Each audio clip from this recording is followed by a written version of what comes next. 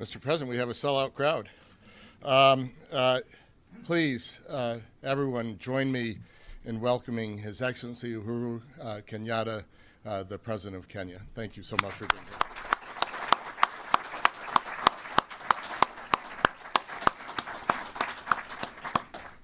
here. My name is Fred Kemp. I'm President and CEO of the Atlantic Council. It's such an enormous pleasure to welcome you here, sir.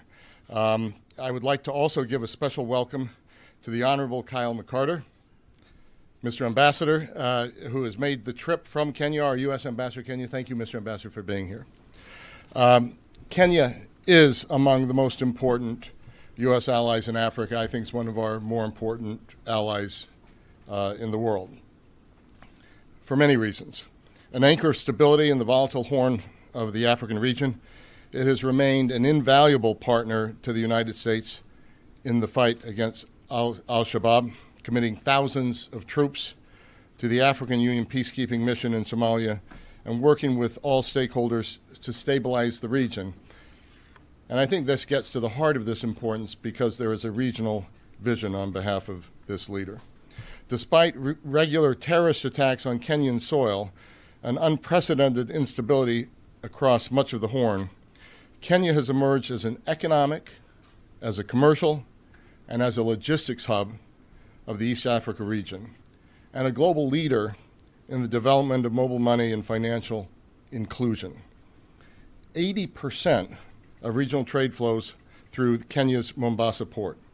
And the country's dynamic private sector, its highly skilled workforce, its steadily improving infrastructure lead companies to choose Nairobi rather than neighboring capitals as a regional base. The two countries, it has been reported in the media, may well soon announce negotiations on a free trade agreement. It would be the first U.S. such deal with a sub-Saharan African country.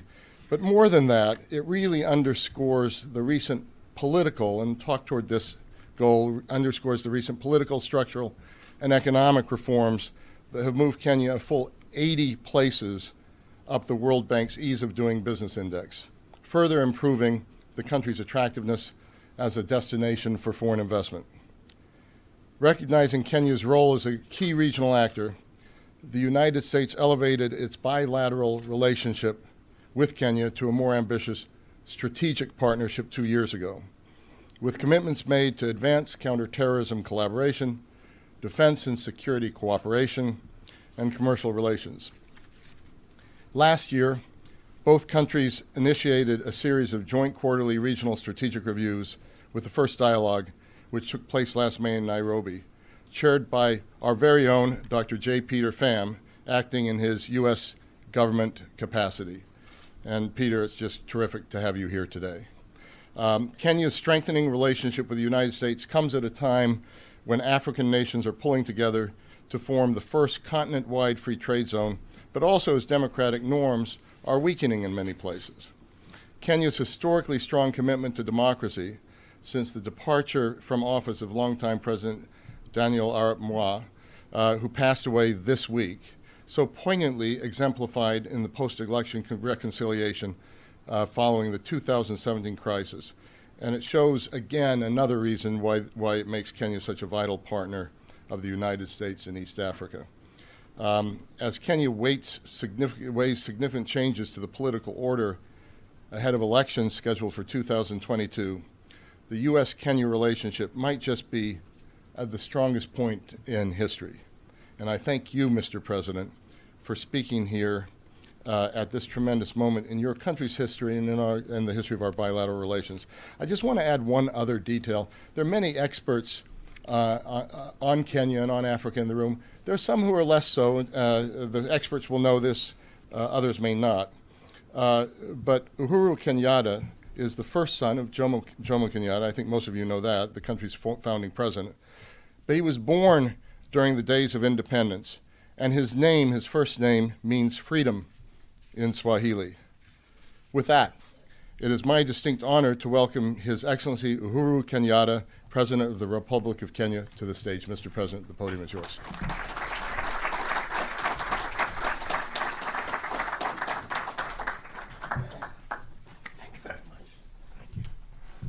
Thank you all. Good morning, everybody. Well, Mr. Fred Kemp, President of the Atlantic Council, officials of the United States government, led by my good friend Peter, members of the Council, distinguished ladies and gentlemen, good morning once again, and let me, at the very onset, thank the Atlantic Council for putting together this forum in order to allow me an opportunity to have a conversation with you. Indeed, by the time I finish my very short remarks, my hope is that I will have been able to argue effectively that Africa has immense strategic importance to the security and prosperity of the Transatlantic Alliance, and that the Atlantic Council,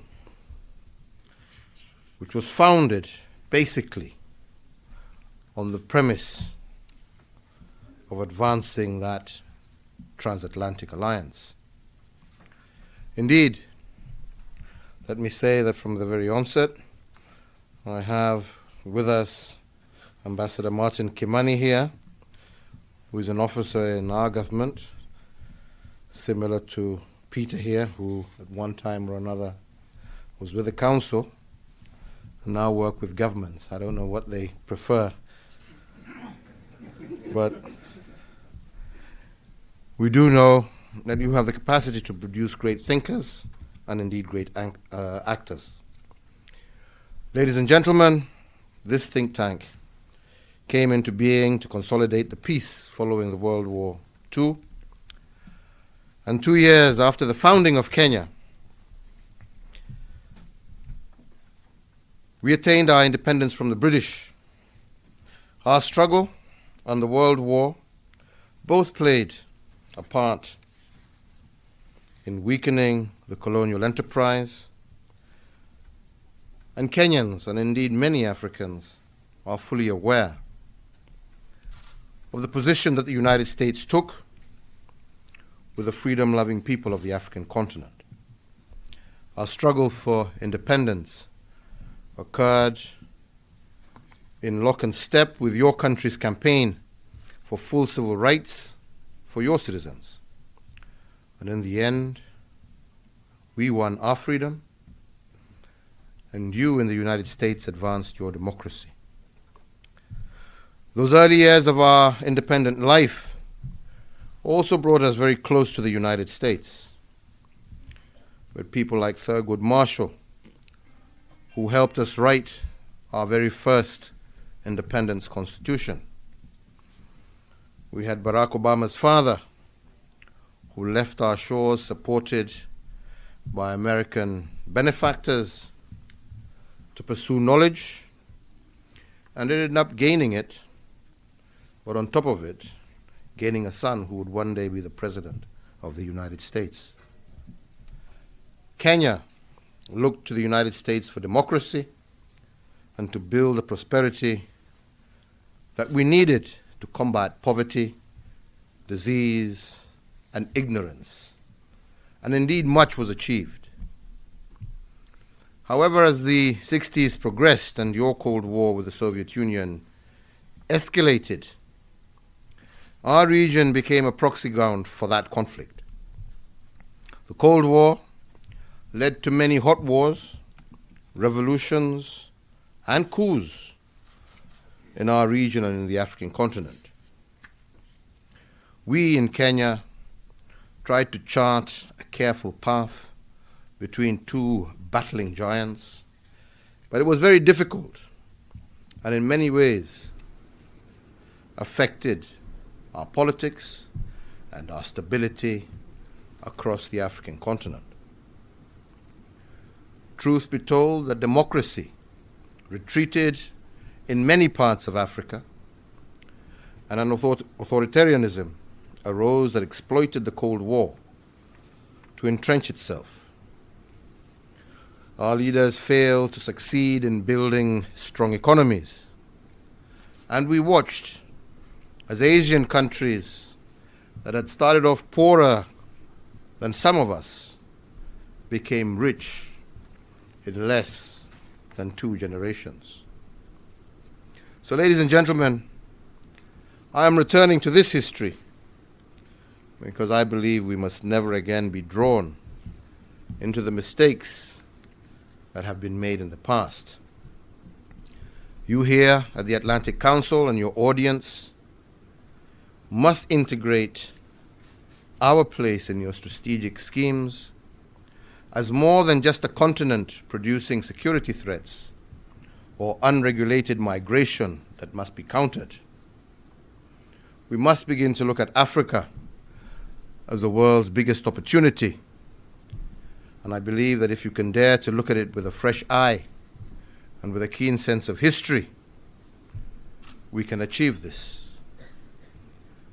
And my presence here today is to say that Kenya can be a key country in converting that opportunity into mutual gain. Indeed, I've noticed in the conversations in Western countries and their counterparts in Asia and the Middle East a return to competition over Africa. In some cases, weaponizing divisions, pursuing proxy actions, and behaving like Africa is for the taking. Well, I want to tell you it is not. If you understand the opportunity, I believe you will seek to grow strong partnerships driven by collaborative and generous principles. Very much like the values that guided the United States' engagement with Europe after World War II. To grasp this opportunity, you will need to listen and engage with what we in Africa want and what we in Africa need. Let me try to match your opportunity to ours in just 2 very few standout areas, namely prosperity and security. The first is that there is a lot of capital in the United States and Europe that is seeking greater yield in developing markets with aging populations. Who will find the growth? Who will fund the growth that these citizens will need when retirement comes after a lifetime of hard work, and who are keen to enjoy their retirement years? On the flip side of the coin, you have Africa, that has the world's youngest and fastest growing population. On top of that, the most unexploited land for agriculture, immense mineral wealth, and a large consumer market.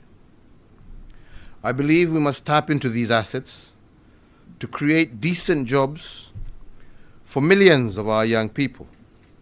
We must become wealthy enough as countries to provide the health, education, and security that will sustain democracy, stability, and strong public support for business and free trade. Ladies and gentlemen, Africans are not standing still. We are integrating. In our region, East Africa, but more so, the Continental Free Trade Agreement that I believe will be a game changer. Today, there is a marked desire among a good number of my fellow African leaders to seek decisive change in how Africa engages the world. We want partners who are walking in the same direction as we are. Kenya is moving aggressively to bring our infrastructure up to date.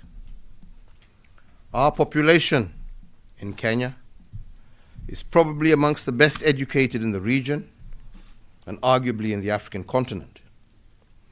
We are today making big investments in building technical skills, attacking corruption, lowering barriers to doing business, and stabilizing our democratic politics. We are not just a gateway.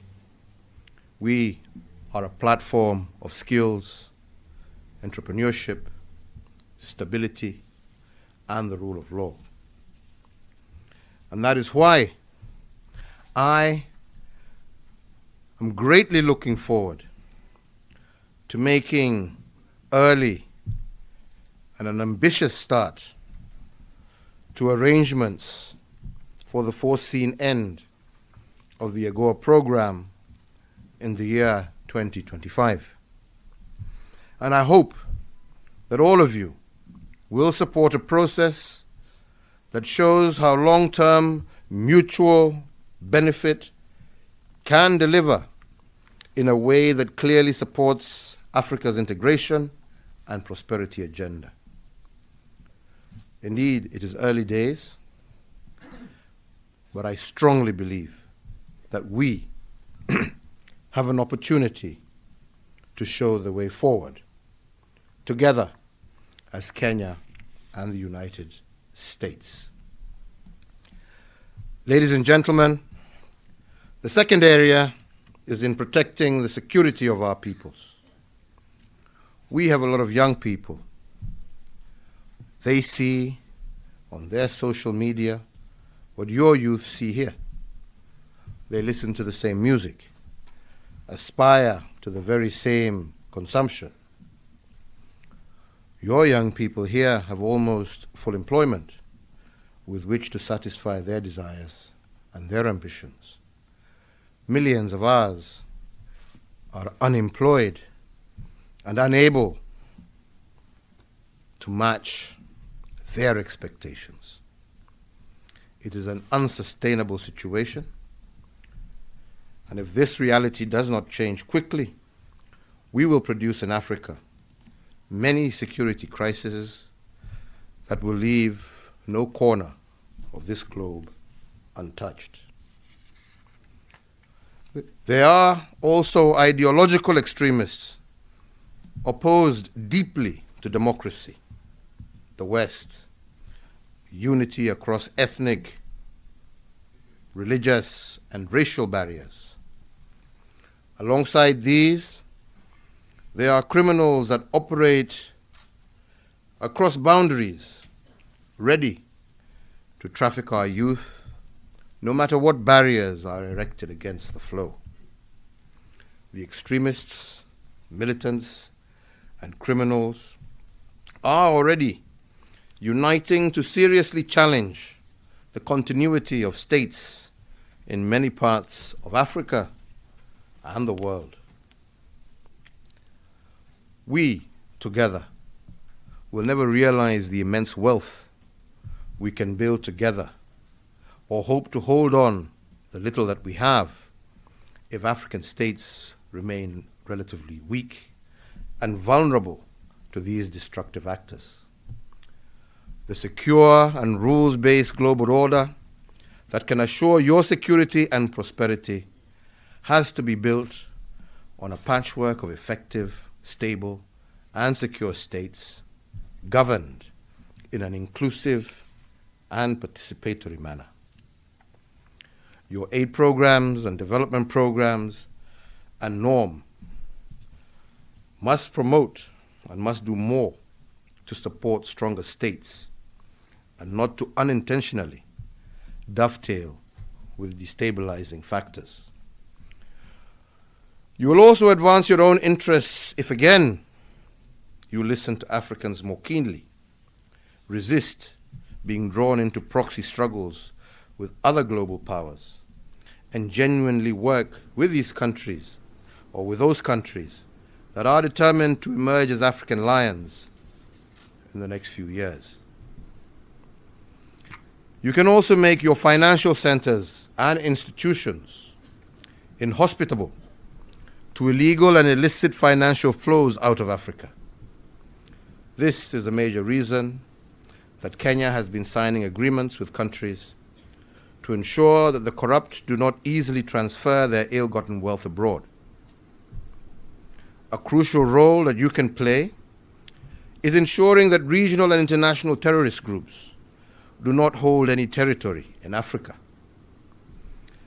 As has been observed, they can start in one country but have a tendency to mutate across borders and indeed become very destructive. A good start to this is Al-Shabaab. We must continue to work together as Kenya and the United States, together with other regional players, to surge our military efforts against the group, to offer room for a workable political consensus in Somalia. This group's ability to raise finances through contraband and its penetration of businesses and even public sector bodies in Somalia must be challenged at every turn. We are already ramping up an aggressive posture against contraband in our country. The effort to defeat the group would be helped immensely by compliance to countering terrorism financing, fighting money laundering, and other international obligations against terrorism are observed. Regionally, and in Somalia specifically, where the core of the challenge exists, institutions like the Atlantic Council can do a lot to push against agendas that insist democracy is a one-size-fits-all outfit that ends up deeply undermining the sustained strengthening of democracy. I want to be clear here, and please, all of you note that I do not mean we should agree that authoritarian or dictatorial regimes that announce themselves should be taken at their word. The point is that we must give countries the room to engineer new approaches that support and extend democracy in line with their respective realities. It requires being more nuanced in how we make judgments about politics and the resulting interventions that countries like the United States should undertake. In Kenya, for example, political, social, and governance engineering is what we are embarking on in Kenya with our Building Bridges initiative. I will discuss it more at the National Prayer Breakfast Luncheon later this afternoon. And indeed, I do hope that some of you will be in attendance. In a nutshell, the Building Bridges initiative, as we call it in Kenya, is a homegrown solution for a divisive political culture that has often sparked electoral crises over the last 30 years. And its intention is to advance three goals. The first, to preempt any further escalation in the cycle of no-holds-barred political competition by taking early and decisive action to reach out across the aisle. I did this with the Honorable Raila Odinga in March of 2018, at a time when few in Kenya or anywhere imagined that this was possible. The second is to use inclusivity to strengthen the center of politics, which is necessary for democracy in our country to be successful. That center is identified by being able to manifest the qualities of moderation, pragmatism, and a willingness to compromise. Our stepping forward toward one another, without doubt, has helped us disorient the politics of extremism and division.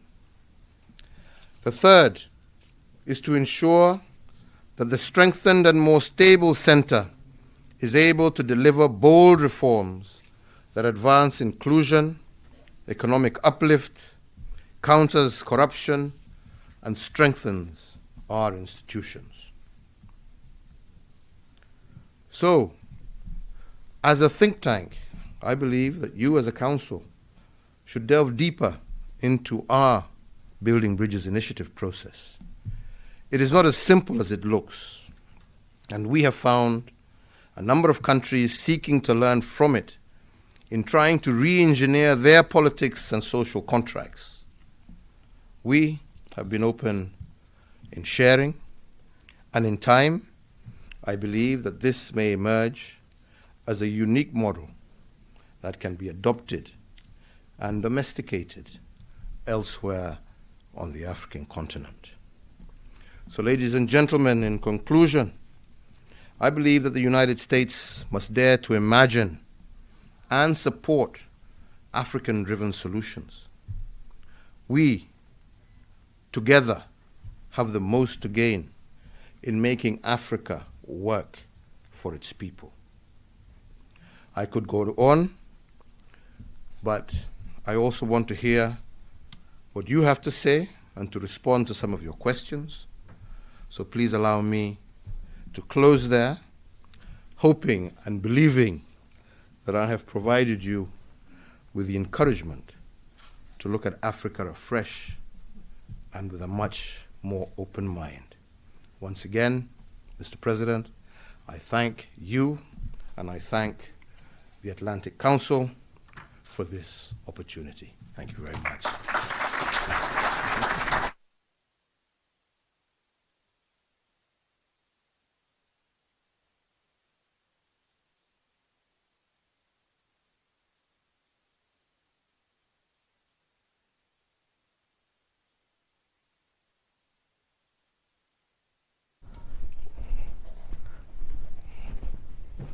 I didn't know I was coming back up here. Okay. Alrighty. Thank you. Excellency, thank you for those illuminating remarks, and thank you for joining us. The Atlantic Council is truly honored by your visit. My name is Bronwyn Bruton. I'm Director of Programs and Studies here at the Africa Center, and I have the pleasure of moderating your conversation with the audience today. In a few minutes, I'll be turning to you for your questions, but I did want to spend a few moments delving further into the subject of Kenya's economy. Before doing that, two quick things. First and foremost, I wish to express my condolences on the death of President Moi. This is a somber moment for Kenya, but also a reminder of how far the country has traveled. Second, a happy note, I hope, is that Mr. Gabriel Nagatu, a close friend of Kenya's from the African Development Bank, has agreed to join the Africa Center as our newest senior fellow. Thank you.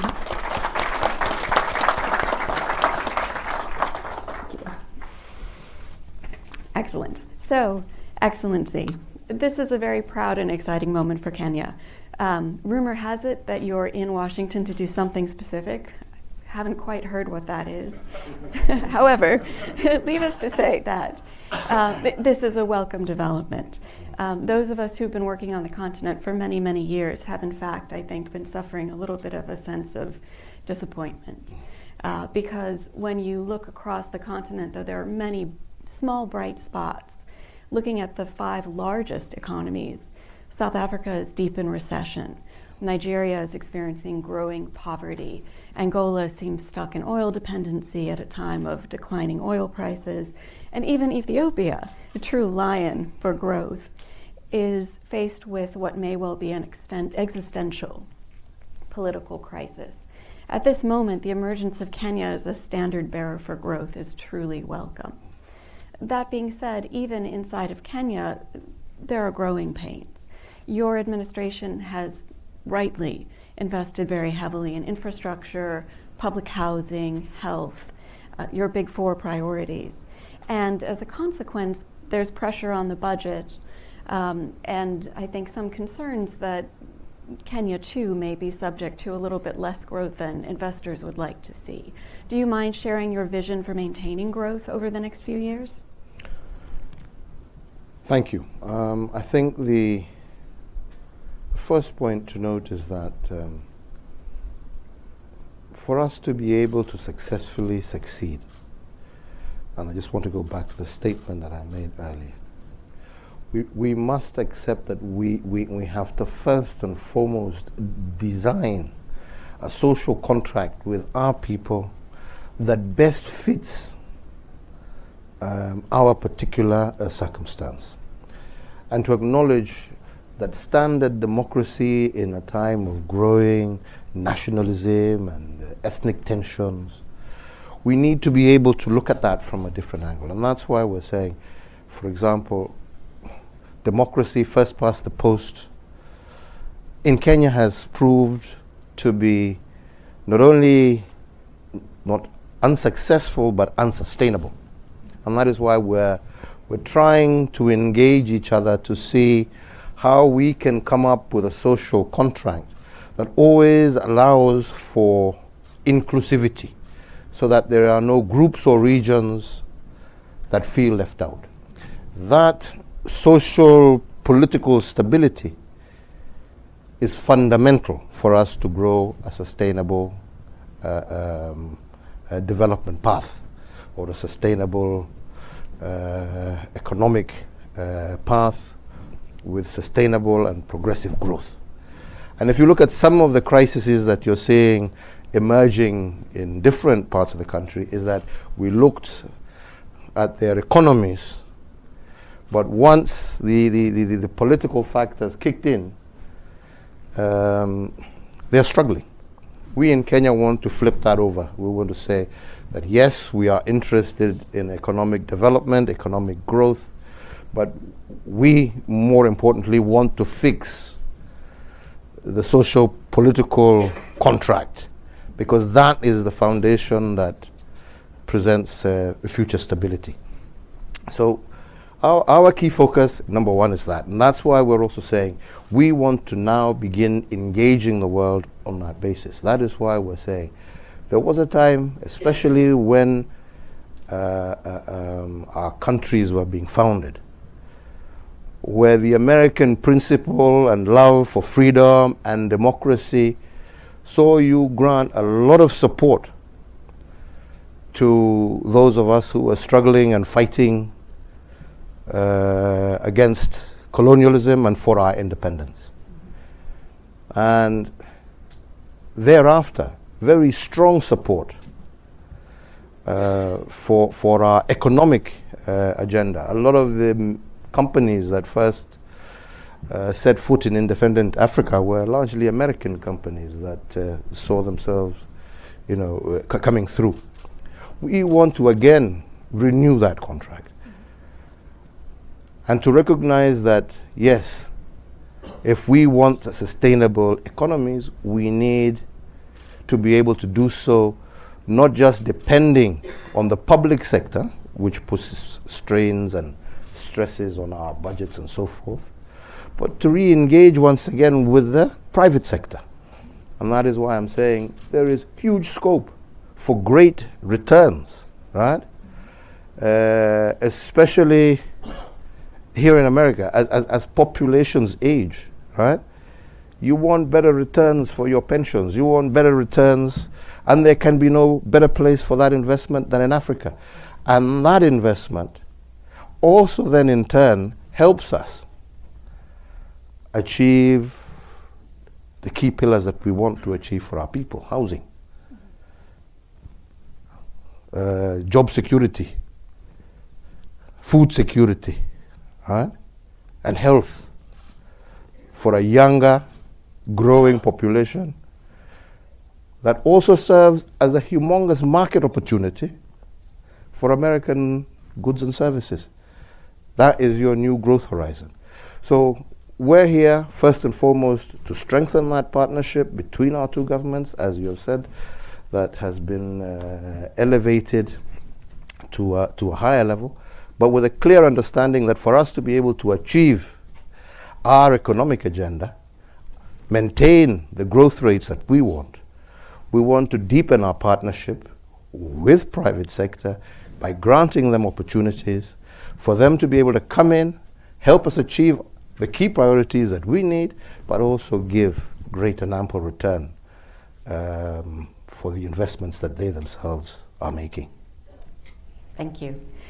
So you've mentioned the aspirations of the African people. So I'll jump on that that train for a moment. There are unconfirmed rumors, and you know how much we hate unconfirmed rumors in Washington, that you are here in pursuit of a bilateral trade deal with the United States. And you've also had bilateral trade conversations with Prime Minister Boris Johnson of Britain about the possibility of a post-Brexit trade agreement. Some have expressed concerns that while the aspirations of the African people, the hopes of the African people are firmly fixed on the African Continental Free Trade Agreement, Kenya is in fact striking out on its own path in pursuing these bilateral agreements and may inadvertently undermine the negotiating power of the East African bloc or the momentum towards the Continental Free Trade Agreement. How would you respond to those concerns? First and foremost, I can neither confirm nor deny the rumors. But I can say that as a country, we are very keen to seeing a deepening of the trade between our two countries. And I don't believe that a deepening of trade between our two nations threatens anything. You know, we've always got to remember that as a continent, we are not homogeneous. We're not all at the same level of development. We have the same aspirations, but we are at different places in terms of where our respective economies are. And what we are saying as Kenya, right, is that some are more ready than others to begin this process. And I don't believe that this process should be looked at as a process of Kenya breaking away, but rather Kenya taking a first step and trying to navigate through that process of deepening engagements outside of the African continent that ultimately tomorrow can become learning steps and make the process easier for others of the African continent. So it's not that we're breaking away.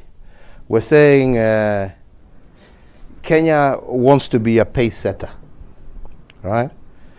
If you remember last year when we broke the 2-hour marathon, yeah?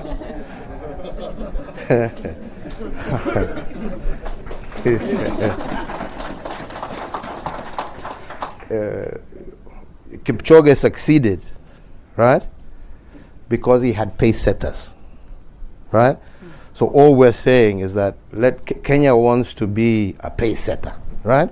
And just set the ball rolling and set the path so that, you know, others will go again. So I am completely not on that page of that we are breaking up. We are definitely not breaking away. Kenya has no intention whatsoever, being one of the first countries on the African continent, not only to sign, but to ratify the Africa Free Trade Agreement. So 40% of our own trade as a country is with our region. So we recognize the importance of maintaining regional integration and regional trade. But we're saying that, you know, others should also say that if Kenya is actually ready, yeah, and others may not be as ready, yeah, let us be the pace setters, let us set the path, yeah, and others can, you know, learn from our mistakes, so to say. Yeah? That is a diplomatic way of putting it, Steve. So I thought that I detected a note of warning in your opening remarks when we referred to